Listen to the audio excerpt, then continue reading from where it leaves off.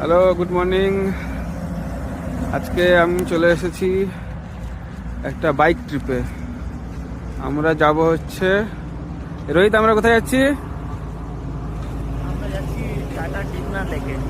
আমরা যাচ্ছি Dimna lake. Dimna lake যাচ্ছি টাটা। আমরা। টাটা এই যে নগরের কাছে। রোহিতের বাইক, আর এখানে আরো 10টা বাইক রয়েছে, 10টা থেকে 12টা বাইক সবার। এখানে আমরা এখন দাঁড়িয়েছি ব্রেকফাস্টের জন্য।